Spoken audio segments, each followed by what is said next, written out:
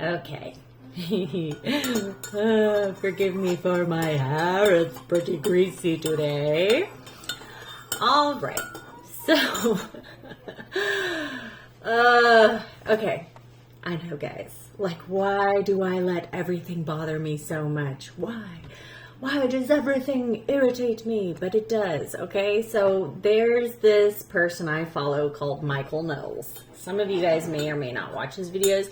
I watch all sorts of different videos. I try to get sides from different viewpoints. I used to follow a whole bunch of social media things, and I used to be on Instagram and Facebook and all that other stuff.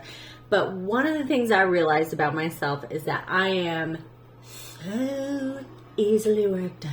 Okay, like that's one of my flaws. I get worked up over things in the world, and I'm like, it's an injustice, you know, and I'm like, I'm feeling it. So I have to be aware of that, and I have to pull away sometimes from like different things on social media and different accounts. Like I have to be aware of my own flaws. So I try not to get too heavily into some things. And like, honestly, my hair is so greasy, guys. It's like killing me. But if I am too wrapped up in what's happening in the world, I can get really, really depressed and sad. And, you know, if I see videos of what's going on with all the war and stuff like that, it breaks my heart. I am literally in tears, and I don't like it. It's hard for me. And I'm one of those people that wants to go help, that wants to do these things, and I can't. So I feel helpless, and then I get upset and sad and depressed, okay? And I think a lot of people are this way, but aren't willing to admit these things. So it is really important that you know these things about yourself. If you know that you're getting worked up easily, and you know that it's taking your peace and your ability to feel okay, that you learn how to pull away from it, okay? And that's all right. It's all right to not know what's going on in the world. There's nothing wrong with that. People will try to make you feel bad about it. They'll try to make you feel like you're being stupid or this or that. And it is not the worst thing in the world to just take a break from all of this insanity and say, God, I just want to spend time with you, have peace, and know that everything is going to be all right. Because God tells us not to worry. He tells us not to worry. He tells us to not focus on the things that are trivial, and that we're supposed to be worrying about God's kingdom. Now that I got that out of the way, I just want to warn everybody, I'm going to talk about this lady that I had no idea existed until I watched her on Michael Knowles' channel. Oh Lord. Okay, her name is Pearl Davis. I don't know if you've ever looked her up or if you've ever watched any of her videos. Okay, but she's a real ladies' man. Okay, so she's not a woman's woman. Okay, I've always been personally a woman's woman. I'm team women. For the most part, guys, I'm sorry. I'm a female. I'm a woman. If I said I hated women, that's weird. I am all for the struggles and things that women go through. I understand. I've been there. I know what it's like to be a woman. Okay. I know what it's like to have children. I know what it's like to feel the things that we feel. And I cannot relate as well to the things that men go through. Now, don't get me wrong. I love my husband. I love my husband dearly. I love him dearly. But if I said that there aren't times that I get really mad because I have to clean pee-pee off of the toilet seat, I would be lying to you, okay? Because I don't understand why he can't just get it up when he does that, right? So there are things that we argue about. There are things that we go at it about because we don't always see eye to eye. But I keep him grounded and he keeps me grounded. We are like a balancing scale. And if it weren't for my husband, I wouldn't be able to see some of the viewpoints that he has. Okay? And so I'm grateful for that. However, I have to say that as a female, as a woman, I relate more to what other women say and what they've been through and what they've gone through. That's just the truth. Now, watching this woman, Pearl, Davis, she was talking about with Michael Knowles about women that are, she calls them all sorts of names, okay? She says that today's women are pretty much, she says, we're unmarriable. We're horrible. She basically says that we're, okay, bad words. Okay, she calls us some bad words. She says that women are fat in America, that we are, basically all of us are just a bunch of promiscuous women, that all we know how to do is just be gross. And we just go around just giving it to everybody, okay? But the issue with this woman is that she comes from a Catholic background. I was Catholic. I was raised Catholic. Okay, so I get it. I know how strict it is. I know. I was raised in it. Believe me. And believe me when I say I was not the golden child in the family when it came to following the Catholic rules or the guidelines. Okay, I tried. When I got pregnant young, our families were both Catholic, and I made the biggest mistake of my life by marrying that man, because it was the right thing to do, right? In the eyes of God. And guys, the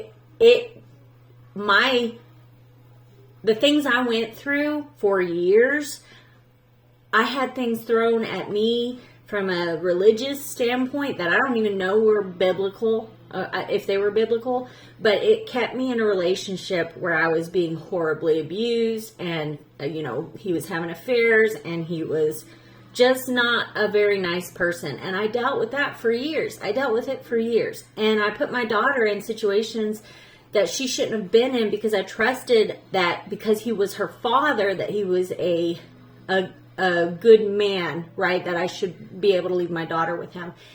And in this interview, she's talking so much, and I don't know if I want to play it because I don't know how to put it in here. I'm not good with all that stuff. You guys know that. I don't have the time. I'm just kind of like, I just get on here and I just say what I say. But she's saying that women basically, that if they're selling themselves and giving their bodies away and whatever else, that they're kind of like, we're not giving men choices. Right? We're not giving them the kind of women they want, which is someone who's wholesome and clean and a virgin and absolutely perfect in the eyes of God. And that when a woman does these things, it's, even though Jesus Christ, now this is not my words, okay, this is hers, but that yes, she can be forgiven by Jesus, but that she may be too far gone to the point that men can't get over it. And they just can't ever see past the stains of her past, right? And I'm listening to this woman speak, and she's calling women fat. She's calling us basically a bunch of hoes, and just degrading women, talking horribly about them. And guys, my past is not spotless. I would be lying to you if I said I was spotless. But you know what? That's where Jesus Christ came in. I was lost and now I'm found. Okay, I was blind, but now I see. Jesus Christ came into my life and my husband's and saved us. Saved us both. Because my husband was also in sin. Okay, it wasn't just, oh, I'm a woman and I'm a horrible person and I found Jesus. No, it was both of us. Both my husband and me. Okay, and so like, her saying that women have a stain on their past that they can't remove and that men can't get over it, this bothered me. And it bothers me, and I'm gonna use my daughter's situation. She was 14 years old when she went missing. Okay, and you guys know how hard that was. It was really hard. For years I searched for her and could not find her. And we found her at 16, and she was already, by that point, she had been sold off. She had had things happen to her. She was abused. There was all sorts of things that had happened. The first time she came back, she had stab wounds from where someone had stabbed her. And she had a bruised up eye from where she had been hit so hard in the eye that her eye is now permanently damaged. She has to wear glasses now because of the strength that was used to punch her. Because of a pimp, okay?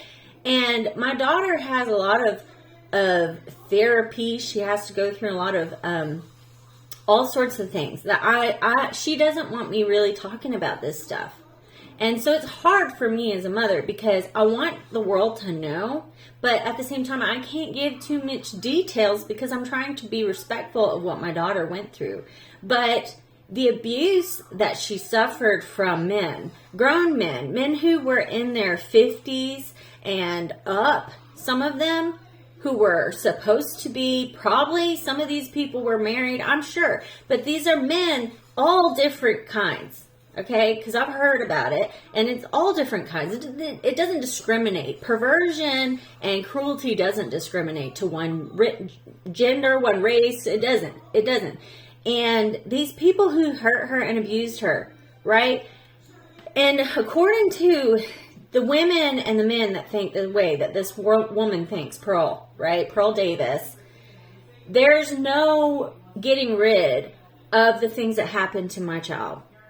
That she's forever stained by these men who did these things to her, and she's gone forever. That she is broken beyond repair, and that there's no man in the world who's ever going to be able to see past what happened to her. And I just think, what a load of poop that is. Okay, that is just a load of poop.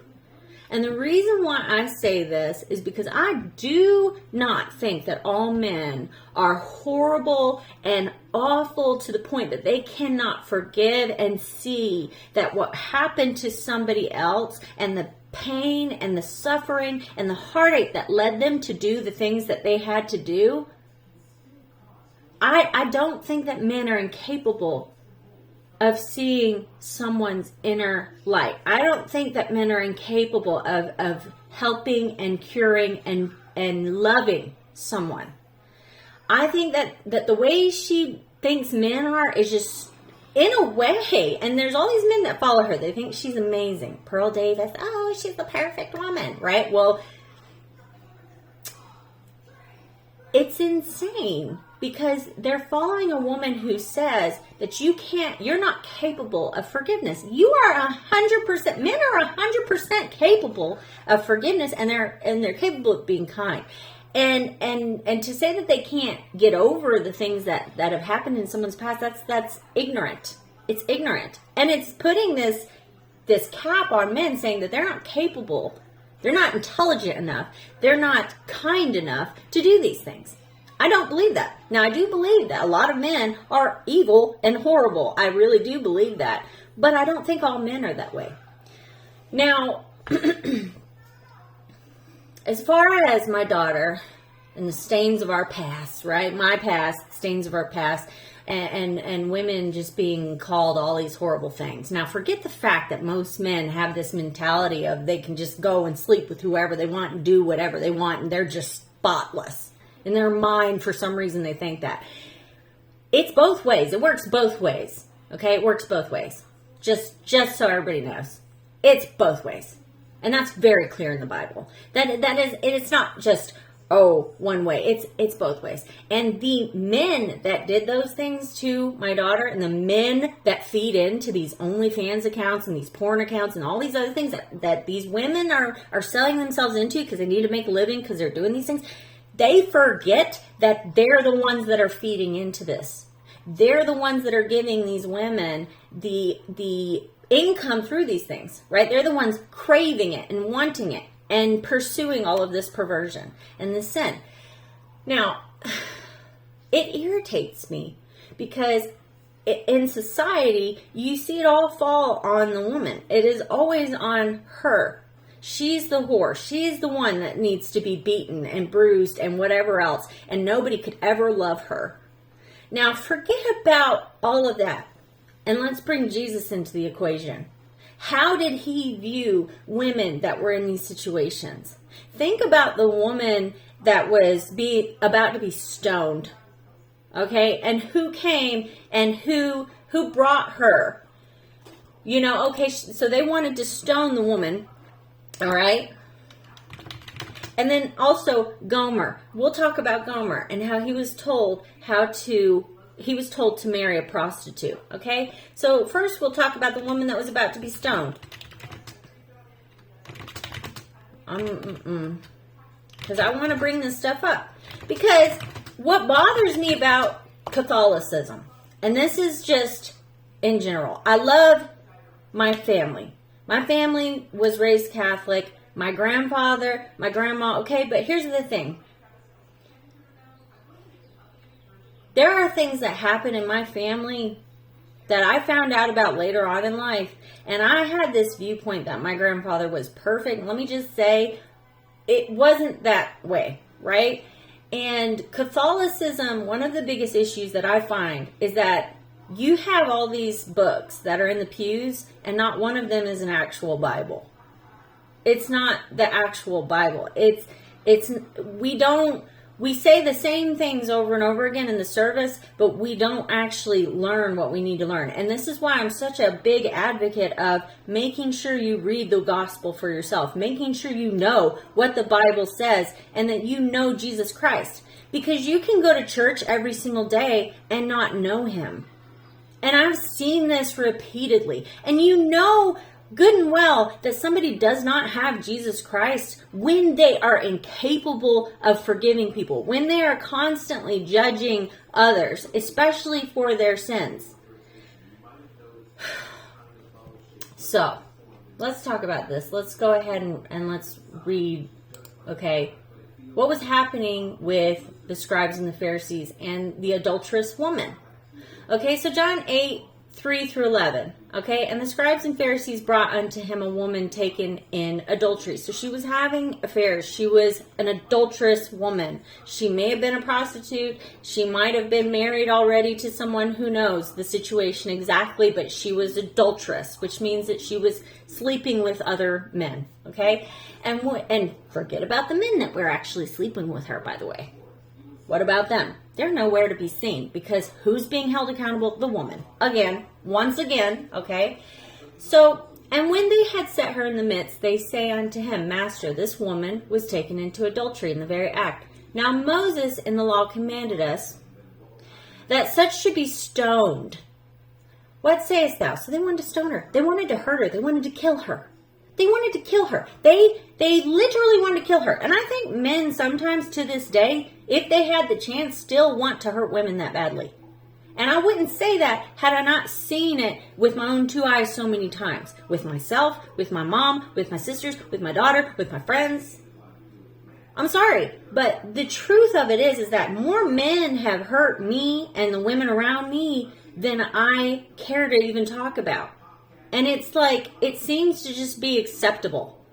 Acceptable. It's just like 100% like, okay. Hey, he beat you. He did this. He just gets away with it scot-free and he lives that life happily and can make 80 grand a year and do whatever he wants. And yes, I'm speaking for my own whatever. And it's just like, he could go to jail 1,000,000 times and still be able to get a job making more than I do with several degrees. Because this society is not set up to be supportive of women. It's just not. And whether you want to believe so or not, it's not. It's not. 100% it's not. It's hard enough for men to make it in society, let alone if you're a woman. It's gonna be hard, okay? And so, let's talk about this some more. They wanted to stone her. They said, tempting him, okay? They said this tempting him, that they might have to accuse him, because they wanted to accuse him, okay? But Jesus stooped down, and with his finger he wrote on the ground, as though he heard them not. We don't know what he was writing in the ground. We don't know if he was writing sins. We don't know what he was writing. So when they continued asking him, he lifted up himself and said unto them, He that is without sin among you, let him first cast a stone at her. And again, he stooped down, and he wrote in the ground. And they which heard it, being convicted by their own conscience, because we all have a conscience that we're born with, went out one by one, beginning at the eldest, even unto the last. So the oldest to the youngest. And one by one, they started leaving. Okay, they were dropping their stones, they're going away, goodbye. Okay, one by one, beginning eldest even unto the last. And Jesus was left alone, and the woman standing in the midst. When Jesus had lifted up himself and saw none but the woman, he said unto her, Woman, where are thine accusers? Hath no man condemned thee? She said, No, no man, Lord. And Jesus said unto her, Neither do I condemn thee. Go and sin no more. Now, he told her to go and sin no more. He said, the first man without sin, go ahead and throw that stone. How many of us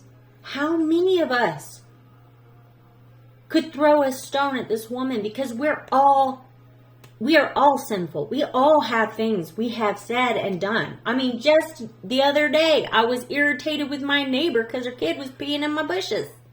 Right? It's sinful. Whether I like it or not, me losing my patience is not nice. Okay? Me judging that lady is not nice. It's not nice to do those things. Okay? But we are sinful people. Okay? None of us are without sin. And it aggravates me because this woman, this Pearl lady, really truly believes that she's just like this enigma of a woman in comparison to the rest of us. We're all just filthy whores. I mean, what is wrong with you? You're a woman. You're a woman, and then you talk this way about other women. You call them names and talk down to them like they're dirty and horrible. Just horrible. Like, the world is already hard enough. Like, we don't get enough crud and hardship. Like, we don't have to worry about all the crap that's happening all around us and fear for our own daughters that they're going to be raped and hurt and whatever else. And to say these things, it's so maddening to me. It makes me angry. Because I tried the best I could to keep my daughter safe, to protect her, to make sure she was knowledgeable about these things. And you know what she told me the other day that broke my heart? Was that, yeah, Mom, all the things you said were true. And I just didn't think the world was that evil. You can tell your kids, you can try to protect them, and things can still happen. And according to the world, my daughter is not savable. She's already been damaged. And that, to me, makes me angry. I'm too far gone, according to the world. My past, the things that I've done, and those were my choices. Okay? When I was dating and living a wild life and whatever else, and I'm unforgivable, according to some Christians. And it makes me mad because I think about Jesus when he was scolding the Pharisees and he was like, you block the entranceway to heaven. You stand here saying that nobody else is allowed to go. I've got all these rules and I know what, but you yourself won't even make it in. You yourself aren't even going to make it. And it makes me so mad. And I get a rise out of it. Like, I'm just getting mad thinking about it. And I'm sorry. I know that I should be working on that. But I don't think that women who are put into these situations are unsavable. I don't. I think 100% they can turn to Jesus Christ and that their entire past and everything can be wiped clean, spotless as a lamb. Because you know why I think that? Because I actually read the Bible and I actually believe the words of God. And I actually believe when Jesus says that if you come to me and you know me and you turn away from that life that you've been living, you will be wiped clean and spotless. That is why Jesus Christ went to the cross. That is why he shed his blood on the cross.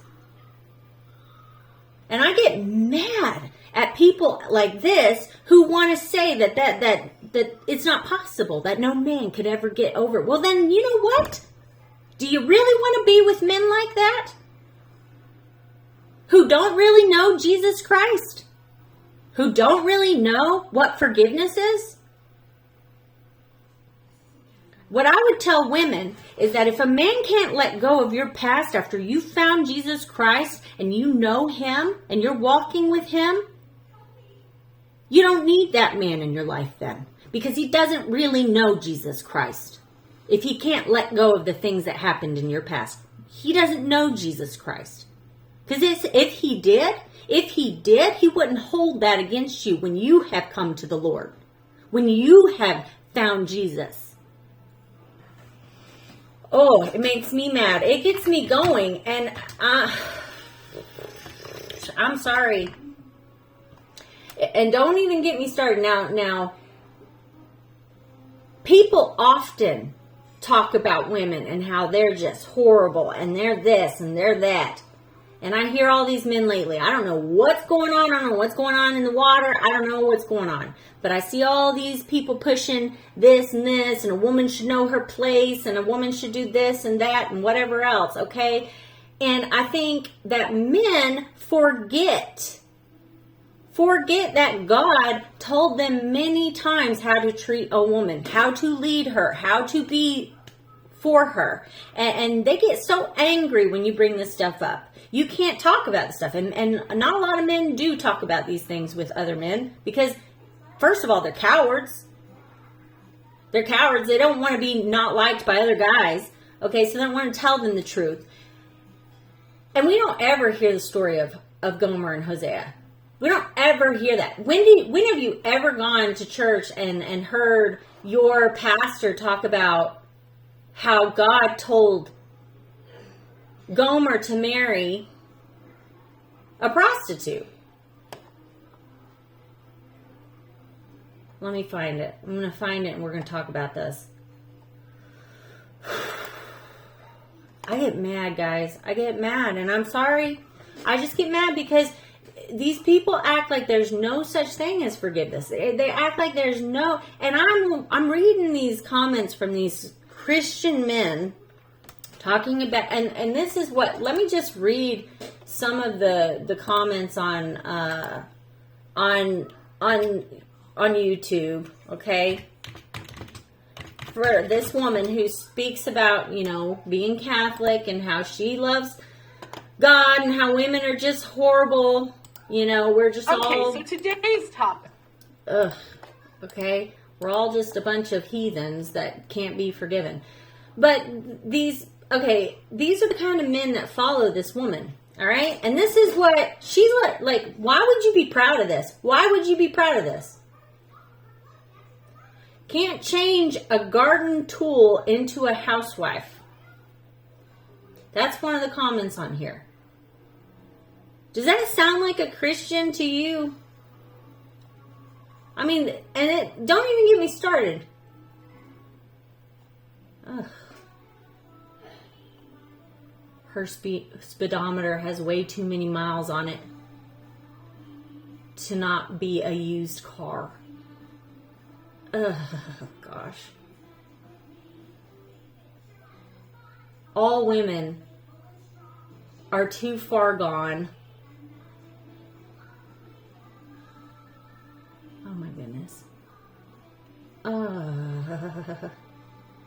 My heart aches and drops to my stomach when I see the things that people think that are Christian, that say that they're Christian. Because there's no forgiveness. There's no compassion. Okay, so today...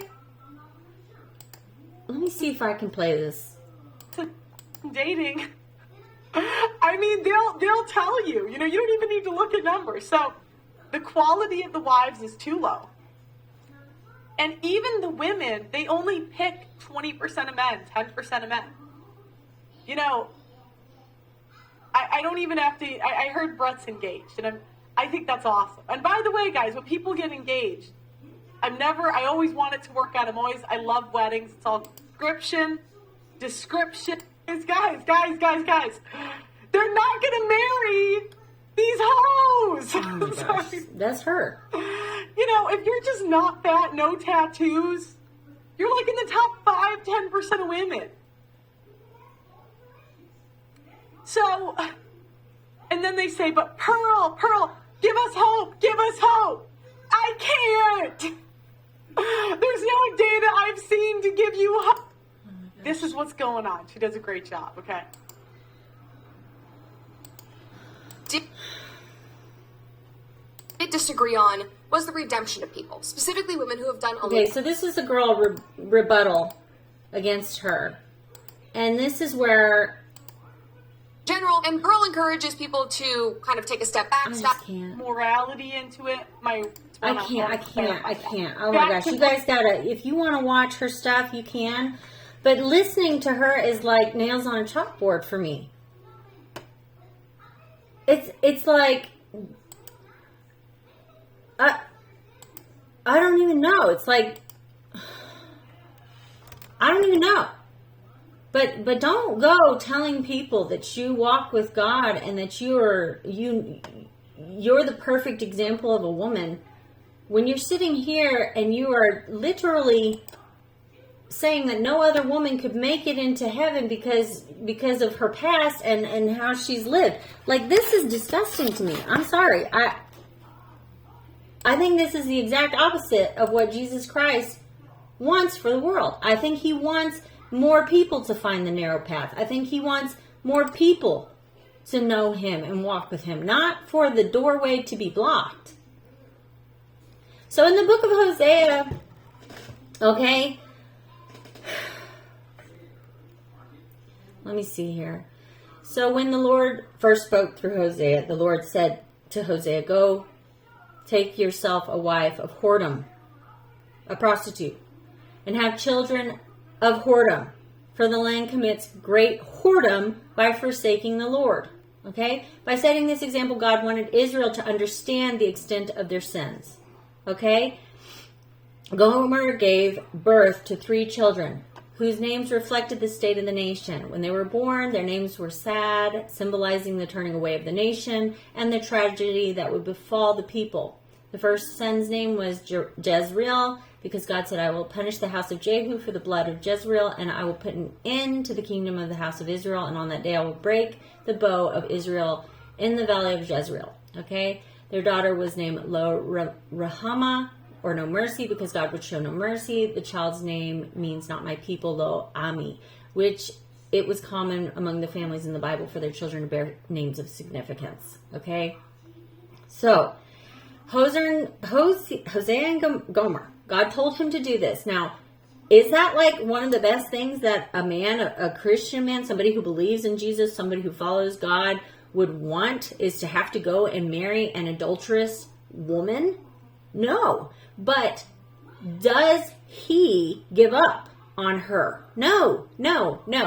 Gomer does leave Hosea and commits adultery. Okay? But eventually, her husband retrieves her, taking her back into his home and forgiving her. This reconciliation foretold the future return to God the nation of Israel would make, and his forgiveness. His forgiveness.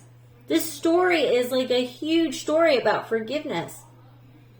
And it bothers me because you don't hear these stories. You don't hear about God's love and how many times he has seen sin and how many times he has repetitively looked away and tried to save, right? The people of Nineveh. I mean, it's aggravating to me because people consistently refuse. They want to be perfect. They say they're perfect. They think they're perfect, but they refuse to believe that people can be forgiven. They refuse to believe that God has the ability to change somebody, to mold them into that perfect, clean, spotless lamb. Jesus Christ died on the cross for our sins, all of us, not just one, not just me, not just you, not just the very best, all of us. And we all have that opportunity to change and to find him and to be cleaned and to ask him to come into our lives and to change us and to know us and to have that relationship. It isn't just for one person or one type of person. It isn't just for this side or that side, the left or the right, or a woman or a man. It's for everyone. And these people who say these things and talk the way they do, I fear for the judgment that they'll have to face. Because you can't take God's word and twist it and not even know it or not even talk about it, but then say you represent him and try to condemn all these people as your platform while using God. That is wrong. It's wrong. So anyways, I have an issue with that. Let me know what you guys think. What do you think? Okay? I know the world is a mess and that a lot of us are sinners, that there's a lot of things happening. But are you patient with others? Do you forgive them for the things that they do? Or are you one of those who is constantly looking and seeking on how to destroy someone else? And this had me thinking about my own situation. You know, there's a woman that's going through some stuff and her children are over here all the time. I get frustrated. I feel tired. But is it my place to judge? No. And you know what? I found in the Bible that made me feel really bad. It's talking about suffer unto me the little ones. You know? And those little boys, they get to learn about God when they're over here. They may never get to hear about it. I might be the only one who's able to talk about it with them. So, take that lemon and make some lemonade. Right? Anyways. Alright, just had to get that out. I cannot believe that people like this. She's got a lot of people too. She's like a 1.9 million followers or something like that. People like me never ever going to see that happen. You know why? Because people don't like what I have to say a lot of times. People don't like what I have to say. And if I say something that's going to make people mad, sometimes the things I say don't sit well with people. But you know who else said things that people didn't like? Jesus Christ.